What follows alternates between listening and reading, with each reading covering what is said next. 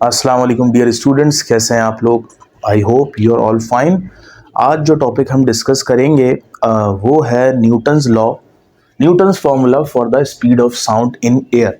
ये students, Newton ने एक फार्मूला ड्राइव किया था जो कि जिससे हम क्या निकाल सकते हैं, जिससे हम speed of sound in air निकालते हैं।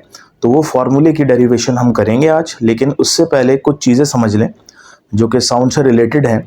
सबसे पहली आपने क्लास 10th में पढ़ा होगा कि वेव्स दो तरह की होती हैं। अगर टाइप्स की बात की जाए तो एक होती है मैकेनिकल वेव्स और दूसरी होती है नॉन मैकेनिकल वेव्स। तो मैकेनिकल वेव्स क्या होती हैं स्टूडेंट्स, जिनको मीडियम की ज़रूरत होती है, which require medium for the propagation are called mechanical waves. और जो नॉन मैकेनिकल वेव्स होती हैं उनको मीडियम की ज़रूरत नहीं होती, उनको मीडियम की रिक्वायरमेंट नहीं होती। और नॉन मैकेनिकल की सबसे बेस्ट एग्जांपल्स हैं रेडियो वेव्स, माइक्रोवेव्स, जितनी भी हैं ये वेव्स। तो ये एग्जांपल हैं नॉन मैकेनिकल वेव्स की, जिनको मीडियम की ज़रूरत नहीं होती। अब मैकेनिकल वेव्स क्या होती हैं जिनको मीडियम की रिक्वायरमेंट होती। अब मैकेनिकल वेव्स कितनी तरह की होती हैं अकॉर्डिंग टू मीडियम? दो तरह की होती हैं। एक को हम कहते हैं ट्रांसवर्स वेव्स और दूसरी को हम कहते हैं लॉन्गिट्यूडनल वेव्स। बाकी आपने और पढ़ा होगा कि वाटर वेव क्या है, वो भी एक ट्रांसवर्स वेव है। लेकिन अभी बात किसकी हो रही है? अभी बात हो रही है साउंड की स्टूडेंट्स। तो साउंड क्या है? साउंड जो है फॉर्म ऑफ एनर्जी है, ठीक है, जो कि ट्रेवल करती है in the form of compression and rarefaction. अब ये कंप्रेशन रेयरफेक्शन क्या होते हैं स्टूडेंट्स, आपने पढ़ा होगा। जैसे मैं बोल रहा हूँ तो मेरा वोकल कॉर्ड जो है वो क्या कर रहा है, वाइब्रेट कर रहा है, और वाइब्रेट करने की वजह से साउंड प्रोड्यूस हो रही है। और मेरी साउंड को आगे जो बंदा जो भी खड़ा हुआ है उस तक कौन लेके जाता है? एयर के पार्टिकल्स। ठीक है स्टूडेंट्स। और एयर क्या है? एयर एक मीडियम है जो कि हमारी आवाज़ को एक जगह से दूसरी जगह लेके जाता है। अब होता क्या है, जैसे ही वोकल कॉर्ड मेरा वाइब्रेट करेगा, साउंड प्रोड्यूस होगी, वो साउंड फोर्स लगाएगी जो हमारे करीब मॉलिक्यूल्स हैं, पार्टिकल्स हैं, ठीक है। तो वो पार्टिकल्स क्या होंगे, जो आगे पार्टिकल्स हैं उनसे कोलाइड करेंगे। जैसे ये दोनों पार्टिकल्स कोलाइड करेंगे तो होगा क्या, वो जो क्या कहते हैं, जो स्ट्रक्चर होगा, जो पैटर्न होगा, उसको हम कहेंगे कंप्रेशन। कंप्रेशन क्या होता है स्टूडेंट्स? वो रीजन जहाँ पे एयर के पार्टिकल्स जो हैं करीब करीब आ जाएं, उसको हम कहते हैं कंप्रेशन। और जैसे ही करीब आएंगे तो ये इसको धक्का देगा, ये आगे जाएगा और ये पीछे हो जाएगा। जैसे ये पीछे होगा तो एक गैप आ जाएगा, और जहाँ पे पार्टिकल्स दूर दूर होते हैं उनको कहते हैं रेयरफेक्शन। तो स्टूडेंट्स, यहाँ से एक या दो बातें आप लिख लें कि साउंड वेव्स जो है बेसिकली कौन सी वेव्स है? वो वेव्स है मैकेनिकल वेव्स, ठीक है। क्योंकि उसको क्या चाहिए होता है? उसको चाहिए होता है स्टूडेंट्स मीडियम ट्रेवल करने के लिए, ठीक है, पहली चीज़। अच्छा, दूसरी चीज़ क्या है? अब मैकेनिकल वेव्स भी दो तरह की होती हैं। एक होती है ट्रांसवर्स वेव्स, ठीक है, ट्रांसवर्स, जिसकी एग्जांपल है वाटर वेव। और दूसरी होती है लॉन्गिट्यूडनल, ठीक है स्टूडेंट्स, लॉन्गिट्यूडनल। अब ट्रांसवर्स वेव्स के दो पार्ट्स होते हैं, एक होता है क्रस्ट और दूसरा पार्ट होता है ट्रफ, ठीक है। इसका डिस्कस अभी नहीं कर रहे, अभी लॉन्गिट्यूडनल की बात हो रही है तो इस पर देखते हैं। और लॉन्गिट्यूडनल के भी दो पार्ट्स होते हैं। एक होता है कंप्रेशन, जिसकी मैंने अभी बात की। कंप्रेशन का मतलब मॉलिक्यूल्स करीब करीब होना, जिस तरह ये करीब करीब मॉलिक्यूल्स आपको दिख रहे हैं, ठीक है। और दूसरा जो है वो है, यहाँ मैं लिख देता हूँ, रेयरफेक्शन या एलोंगेशन, ठीक है, रेयरफेक्शन। अब यहाँ मॉलिक्यूल क्या होंगे? यहाँ दूर दूर होंगे मॉलिक्यूल्स, ठीक है। तो साउंड वेव्स बेसिकली कौन सी वेव्स है? लॉन्गिट्यूडनल वेव्स है, और in the form of compression और रेयरफेक्शन क्या करती है स्टूडेंट्स? ट्रैवल करती है, ठीक है स्टूडेंट्स। अब तीसरी चीज जो मैं आपको बताने वाला हूँ वो ये है कि हमारी आवाज जो है आगे कौन मतलब प्रोपेगेट करवाता है, कौन लेके जाता है। तो ये मैंने आपको बता दिया है कि एयर के मॉलिक्यूल्स हैं, एयर के पार्टिकल्स हैं जो हमारी आवाज को आगे तक लेके जाते हैं, ठीक है। अब आपने सुना होगा हर मीडियम की कुछ ना कुछ प्रॉपर्टीज होती हैं, ठीक है। कुछ मीडियम्स इलास्टिक होते हैं, कुछ ज़्यादा इलास्टिक नहीं होते। अब मीडियम, हमारी जो आवाज़ आगे जाती है वो किस पे डिपेंड करती है? वो डिपेंड करती है मीडियम की प्रॉपर्टीज़ पे, ठीक है। मीडियम मतलब एयर, एयर की प्रॉपर्टीज़ हमारी स्पीड ऑफ साउंड को डिटरमाइन करेंगी, ठीक है। अब दो प्रॉपर्टीज़ मैं आपको बता रहा हूँ, इसको ज़रा ज़हनशी करें। पहली प्रॉपर्टी जो है स्टूडेंट्स वो है,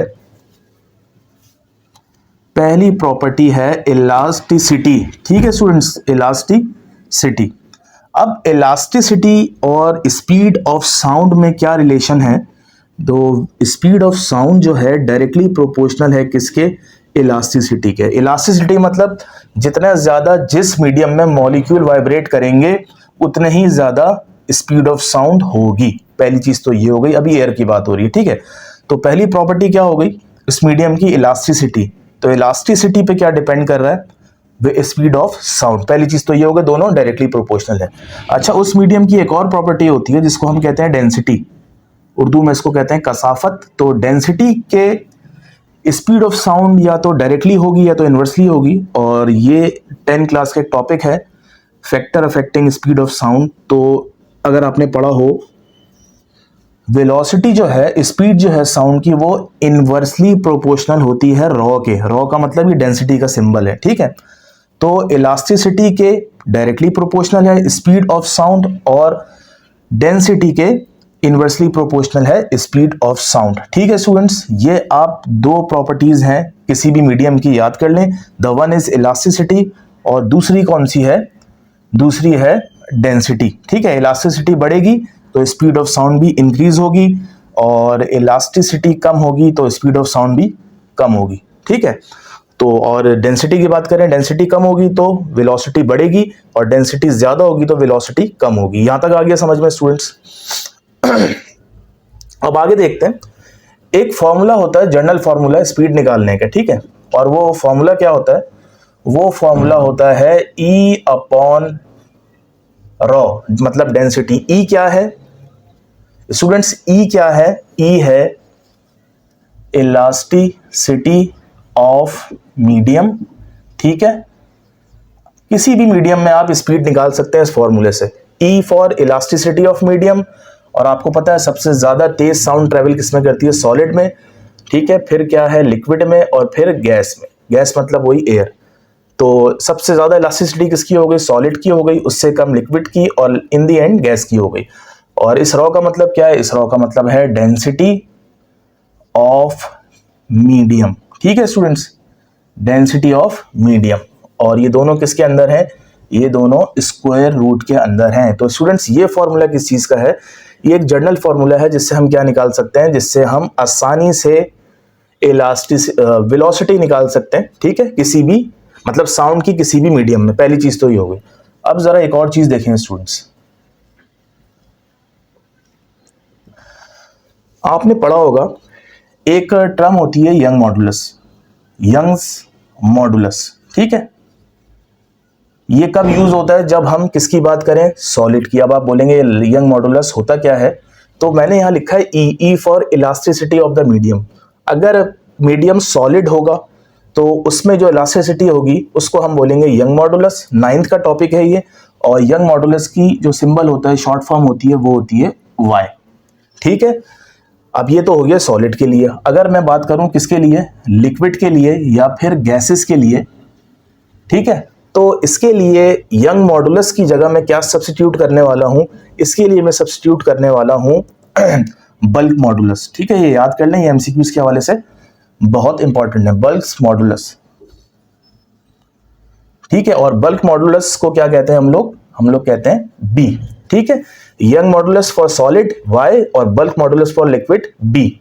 तो इसका मतलब इस फॉर्मूले को और कैसे लिख सकते हैं? इस फॉर्मूले को हम लिख सकते हैं V is equals to E की जगह क्या लिख सकते हैं हम? Y, क्योंकि इलास्टिसिटी सॉलिड के लिए क्या हो जाएगी? Y upon density. ये तो था सॉलिड के लिए formula.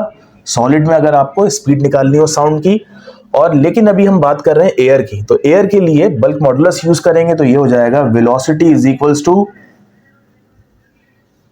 Capital B upon density. तो ये हमारी एक इक्वेशन बन गई, ठीक है। यहां तक आप इसका स्क्रीनशॉट ले लें पहले, फिर हम आगे चलते हैं। ओके स्टूडेंट्स, ये इक्वेशन 1 थी जिससे हम क्या निकाल सकते हैं? Speed of sound in air या फिर लिक्विड्स, ठीक है। ये सॉलिड के लिए थी। अभी एयर की बात हो रही है, यहां तक हो गया, ठीक है। अब ये बी लिखा हुआ है बल्क मॉडुलस, ठीक है। अब बल्क मॉडुलस क्या होता है स्टूडेंट्स? बल्क मॉडुलस बेसिकली क्या होता है? रेशो होता है, ठीक है। किसका रेशो होता है? ये रेशो होता है स्ट्रेस का और वॉल्यूमेट्रिक स्ट्रेन का। वॉल्यूमेट्रिक स्ट्रेन, अभी आप समझें ये है क्या? स्ट्रेस क्या चीज है? स्ट्रेस जो है वो फोर्स है, वो प्रेशर है जो हम किसी भी एरिया पे लगाते हैं, ठीक है। तो स्ट्रेस को हम यहाँ डिनोट करेंगे डेल्टा पी से। डेल्टा पी का मतलब चेंज इन प्रेशर, याद रखिएगा। और वॉल्यूमेट्रिक स्ट्रेन, स्टूडेंट्स 9th में स्ट्रेन का एक टॉपिक था, स्ट्रेस भी था, स्ट्रेन भी था। स्ट्रेन को क्या कहते हैं, और ख़ास तौर पे अगर वो वॉल्यूमेट्रिक स्ट्रेन हो तो उसको हम कहते हैं change in volume divided by initial volume, ठीक है। डेल्टा वी क्या है, चेंज इन वॉल्यूम, और डिवीजन में क्या है, ओरिजिनल वॉल्यूम। तो ये फॉर्मूला स्टूडेंट्स किसका है, ये फॉर्मूला बन गया बल्क मॉडुलस का। तो delta P upon delta V, और डिवीजन में क्या आ जाएगा, वी। ये हो गई हमारी इक्वेशन नंबर 2, ठीक है स्टूडेंट्स, यहाँ तक आ गया समझ में। अब ये तो कुछ इंट्रोडक्शन था। अब समझें कि न्यूटन ने क्या एज्यूम किया था, कि न्यूटन क्या सोचता था कि जो साउंड है वो ट्रेवल करती है, प्रोपेगेट करती है आइसोथर्मल मीडियम में, मतलब आइसोथर्मली वो प्रोपेगेट करती है। आइसोथर्मल क्या होता है स्टूडेंट, सब सुने। आइसोथर्मल एक ऐसा प्रोसेस होता है जिसमें टेम्परेचर कांस्टेंट होता है, ठीक है, पहली चीज़। दूसरी चीज़, अब अभी आपको बताया है कि कंप्रेशन वो एरिया होता है जहाँ पे प्रेशर और डेंसिटी क्या होता है, ज़्यादा होता है, वो कंप्रेशन होता है। मॉलिक्यूल्स करीब करीब होते हैं। अब मॉलिक्यूल्स जब करीब होंगे तो प्रेशर क्या होगा, ज़्यादा होगा, तो कम क्या हो जाएगा, वॉल्यूम कम हो जाएगा। तो याद रखें प्रेशर और वॉल्यूम एक दूसरे के इन्वर्सली प्रोपोर्शनल हैं। ऐसा कब होगा, जब टेम्परेचर क्या हो, कांस्टेंट हो, ठीक है। इसको हम बॉयल्स लॉ भी कहते हैं, अगर आपने पढ़ा हो। Volume of a given mass of a gas is inversely proportional to the pressure. दोनों क्या है, इन्वर्सली प्रोपोर्शनल है। और इसकी इक्वेशन जो है, अगर आपने पढ़ा हो, volume of a gas is inversely proportional to pressure, ये होती है गैस मतलब इक्वेशन बॉयल्स लॉ की, ठीक है। तो प्रोपोर्शनल हटता है तो यहाँ क्या आ जाता है, एक आ जाता है कांस्टेंट, ठीक है, और इज इक्वल्स टू भी आ जाता है। और नीचे क्या है, पी, पी वहाँ जाके मल्टीप्लाई हो जाएगा, तो ये बन जाएगा P V is equals to constant, ठीक है, ये आ गया। ठीक है स्टूडेंट्स, यहाँ तक आ गई समझ में। अच्छा जी, अब ये बन गई इक्वेशन नंबर 3 बन गई, ठीक है। अब न्यूटन ने क्या किया, अब न्यूटन ने कहा कि भाई प्रेशर अगर पी है, वॉल्यूम अगर वी है, तो हम एक काम करते हैं, थोड़ा सा बहुत ही माइनर सा हम प्रेशर इंक्रीज करते हैं, ठीक है। प्रेशर को क्या करते हैं, माइनर सा इंक्रीज करते हैं। अब देखें पहले प्रेशर क्या था, पहले प्रेशर पी था, अब इसको थोड़ा सा इंक्रीज किया। इंक्रीज में क्या होगा, प्रेशर बढ़ेगा, तो बढ़ेगा तो फॉर्मूला बन जाएगा P plus delta P. P का मतलब ओरिजिनल प्रेशर, डेल्टा पी का मतलब कितना प्रेशर इंक्रीज हुआ, पहली चीज, ठीक है। दूसरी चीज, अगर वॉल्यूम की बात करें, वॉल्यूम पहले था वी, ठीक है। अब प्रेशर तो बढ़ा, ठीक है, और प्रेशर जब बढ़ता है तो वॉल्यूम क्या होता है, ये तो आपको बताया था बॉयल्स लॉ में, वॉल्यूम कम होता है। तो कम होने के साथ हम क्या लगाएंगे, माइनस, और नीचे यहाँ लिख देंगे डेल्टा वी। तो इसका मतलब प्रेशर डेल्टा पी बढ़ा तो वॉल्यूम डेल्टा वी कम हुआ, ठीक है, बहुत ही माइनर सा। अब हम क्या करेंगे, देखें, तो ये हम पी की जगह हम लिखेंगे, देखें पी की प्लेस पे लिख रहे हैं अब पी प्लस डेल्टा पी, ठीक है, और वी की प्लेस पे लिख रहे हैं हम वी माइनस डेल्टा वी, ठीक है, is equals to constant as it is. ये हो गई इक्वेशन नंबर 4। अब हमें क्या करना है, देखिए इक्वेशन 3 और इक्वेशन 4 का राइट हैंड क्या है, दोनों इक्वल हैं, तो दोनों इक्वेशंस को क्या करवा दें, कंबाइन करवा देते हैं, ठीक है, कंपेयर करवा देते हैं। तो यहाँ मैं लिखता हूँ कंपेयर इक्वेशन 3 एंड 4, ठीक है। यहाँ से बेसिकली क्या शुरू हुई है, यहाँ से आपका Newton's formula for the speed of sound in air की डेरिवेशन स्टार्ट हुई है। बाकी चीजें आपके लिए क्या थी, ये बेसिक चीजें थी, ठीक है। इसको मैं रब कर देता हूं।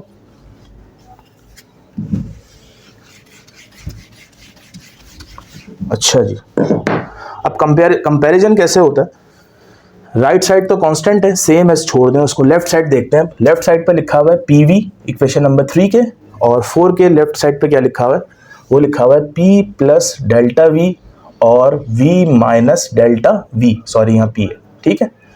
अब ये दोनों ब्रैकेट्स हैं, ये मैथमेटिकली मतलब मल्टीप्लाई हो रहे हैं, कुछ भी नहीं है इसमें, फिजिक्स सिर्फ मैथमेटिक्स यूज हो रही है, तो मल्टीप्लाई करें। ये पहली टर्म है, ये होगी वी से, तो ये हो जाएगा पी वी, ठीक है। ये पहली टर्म है, ये होगी डेल्टा वी से, ये हो जाएगा पी डेल्टा वी। अच्छा जी, ये तो हो गया। अब डेल्टा पी वी से होगा तो ये हो जाएगा वी डेल्टा पी, और डेल्टा पी अब डेल्टा वी से होगा तो ये हो जाएगा डेल्टा पी और डेल्टा वी। तो ये देखें P V as it is. अब ये पी वी पॉजिटिव है, ये भी पॉजिटिव है, तो ये पॉजिटिव यहाँ आके नेगेटिव हो जाएगा, तो दोनों क्या हो जाएंगे, कैंसिल आउट हो जाएंगे। तो मैं इसी स्टेप में दोनों को कैंसिल कर देता हूँ, ठीक है। अब ये देखिए माइनस का बचा है ना यहाँ पे, इसको मैं यहाँ ले आता हूँ, तो ये हो जाएगा positive P delta V is equals to, आगे क्या है, आगे है V delta P minus delta P और डेल्टा वी। ठीक है स्टूडेंट्स, अभी मैंने आपको थोड़ी देर पहले बताया था कि न्यूटन ने ये एज्यूम किया था, बल्कि ये थियोरेटिकली सोचा था कि अगर हम थोड़ा सा प्रेशर बढ़ाएं, बहुत ही माइनर सा प्रेशर बढ़ाएं, तो माइनर सा वॉल्यूम क्या होगा, वो कम होगा। अब प्रेशर और वॉल्यूम ये इंतहाई छोटी वैल्यूज़ हैं, बहुत ही पॉइंट्स में आती हैं इनकी वैल्यूज़। ठीक है, अब ये भी स्मॉल है, ये भी स्मॉल है, जब दो स्मॉल क्वांटिटीज़ मल्टीप्लाई होती हैं तो और छोटी एक बन जाती है, ठीक है, ना होने के बराबर। तो हम यह लिखेंगे since delta P and delta V are so small, therefore neglecting, कौन सी टर्म को निग्लेक्ट करेंगे, जहां डेल्टा पी और डेल्टा वी मल्टीप्लाई हो रहे हैं, निग्लेक्टिंग डेल्टा पी और डेल्टा वी। ठीक है, जब ये निग्लेक्ट होगा तो ये किसके बराबर हो जाएगा, जीरो के बराबर। तो हमारे पास जो इक्वेशन आएगी वो आएगी P delta V is equals to V delta P, ऐसे ही है। ठीक है स्टूडेंट्स, अच्छा जी, यहां तक आ गया समझ में। अब क्या करें, अब ये करें कि प्रेशर को यहीं रहने दें। ठीक है, तो अब डेल्टा वी यहाँ क्या हो रहा है, मल्टीप्लाई हो रहा है, नीचे आके क्या हो जाएगा, डिवाइड हो जाएगा। तो ये हो जाएगा डेल्टा वी और ये आ गया डेल्टा पी। अब देखें, एक हम स्टेप करने वाले हैं, तो आप समझिएगा ज़रा, क्या हम इसको ऐसे लिख सकते हैं, pressure is equals to delta P, ठीक है, divided by delta V over V. ठीक है स्टूडेंट्स, क्योंकि देखें ये अभी इस कंडीशन में है ना, डेल्टा वी अपॉन वी, ये दोनों डिवाइड भी हो रहा है। तो जब डबल डबल डिवीजन होती है तो ये वाला साइन मल्टीप्लाई में चेंज होता है, ये वाली चीज़ रेसिप्रोकल हो जाती है, उल्टी हो जाती है, तो वापस ये बन जाएगा। तो हम किस फॉर्मूले में लिया है, किस फॉर्म में लिया है, हम इस फॉर्म में लेके आ गए। ठीक है, इसको हम नाम दे देते हैं इक्वेशन नंबर 5 का। स्टूडेंट्स ज़रा गौर कीजिए, अभी अगर आप वीडियो पॉज करके पीछे करें, रिवर्स करें, तो आप देखेंगे delta P upon delta V over V, ये किसका फॉर्मूला था, ये फॉर्मूला हमने ड्राइव किया था किसका, बल्क मॉडुलस का, याद है आपको। ठीक है, और अभी ये फॉर्मूला किसका बना है, प्रेशर का बना है। तो हम यहाँ से लिख सकते हैं प्रेशर और बल्क मॉडुलस क्या है, दोनों यहाँ से क्या आ गए, बराबर आ गए। ठीक है, प्रेशर और बल्क मॉडुलस दोनों यहाँ से क्या आ गए, बराबर आ गए। आप इसको स्क्रीनशॉट ले लें, फिर मैं रब करके आगे करते हैं। ओके स्टूडेंट्स, यहाँ तक हो गया। ठीक है, थोड़ी देर पहले मैंने आपको एक फॉर्मूला बताया था कि स्पीड ऑफ साउंड का जो जनरल फॉर्मूला होता है वो होता है क्या, किसी भी मीडियम के अंदर, वो होता है elasticity upon density of that medium. और इलास्टिसिटी को हमने क्या बोला था, एयर के लिए या गैसेस या लिक्विड के लिए इसको कह दिया था हमने बल्क मॉडुलस। ठीक है, लेकिन अगर ये सॉलिड होता तो वाई आता यंग मॉडुलस। ठीक है, यहाँ तक हो गया। अच्छा जी, अब क्या करें, अभी हमने देखा है कि बल्क मॉडुलस किसके बराबर आया है, प्रेशर के बराबर आया है। तो हम यहाँ से लिख सकते हैं velocity of sound in any medium is equals to, ठीक है, pressure on the medium and density of air. ठीक है, यहाँ तक हो गया। ऊपर प्रेशर है, नीचे डेंसिटी है, आप इसमें वैल्यूज प्लग इन करें। अब प्रेशर की वैल्यू क्या होती है, प्रेशर की वैल्यू होती है STP पे 1.01 into 10⁵ newton upon metre square. ठीक है, और डेंसिटी की वैल्यू क्या होती है, एयर की डेंसिटी की वैल्यू वो होती है रॉ इज इक्वल्स टू 1.293 और किलोग्राम पर मीटर क्यूब। दोनों वैल्यूज हमने ले ली, इनको सॉल्व करेंगे तो आपके पास जो आंसर आएगा स्पीड ऑफ साउंड का इन एयर वो आएगा तकरीबन अप्रॉक्सीमेटली 280 पॉइंट समथिंग आएगा, 280 कर लेते हैं हम, और इसका यूनिट होता है मीटर पर सेकेंड। स्टूडेंट्स ये तो न्यूटन ने थियोरेटिकली ये मतलब ये वैल्यू निकाली थी, लेकिन एक्सपेरिमेंटली जो वैल्यू होती है speed of sound eight STP standard temperature pressure की, वो होती है अप्रॉक्सीमेटली 332 पॉइंट समथिंग। ठीक है, हम 332 ले लेते हैं, 332 मीटर पर सेकेंड। तो इट मीन्स के न्यूटन्स के इस फॉर्मूले में इस वैल्यू में क्या है, एरर है, वो रिप्लेस किया था किसने, लेप्लेस ने। ठीक है, वो हम अगली वीडियो में पढ़ेंगे, बल्कि हम यहाँ ये निकाल लेते हैं कि कितना एरर आ रहा है इस वैल्यूज में। ठीक है, तो हम एरर निकालते हैं न्यूटन का। अच्छा जी, एरर निकालने का फॉर्मूला क्या है, परसेंटेज एरर इन स्पीड। सबसे पहले आप लिख लें ये परसेंटेज एरर इन किस में निकाल रहे हैं हम, स्पीड या वेलोसिटी में निकाल रहे हैं।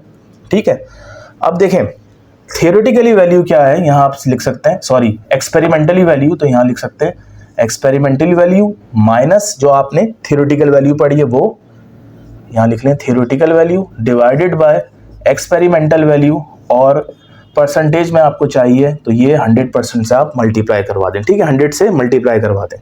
तो ये क्या हो जाएगा, एक्सपेरिमेंटल वैल्यू क्या थी मैंने आपको बताई है 332 हो गई, माइनस थियोरेटिकल वैल्यू क्या हो गई 280 हो गई तकरीबन, ये अप्रॉक्सीमेटली वैल्यू ली है मैंने, और एक्सपेरिमेंटली वैल्यू 332 इंटू 100। ठीक है स्टूडेंट्स, अब इसको सॉल्व करते हैं। तो ये हो जाएगा 332 इन माइनस 280, ये आ रहा है 52, और 52 को जब हम डिवाइड करेंगे 332 को से 0.156, और 0.156 को अगर हम 1 मिनट इसको दोबारा कर लेता हूँ,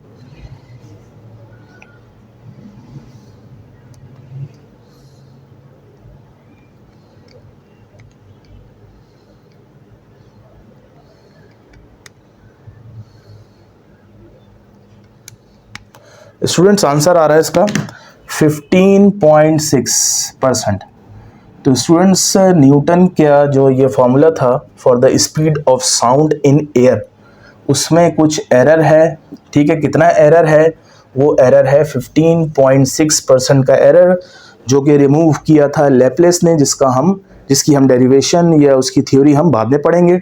तो ये था students Newton's formula for the speed of sound in air.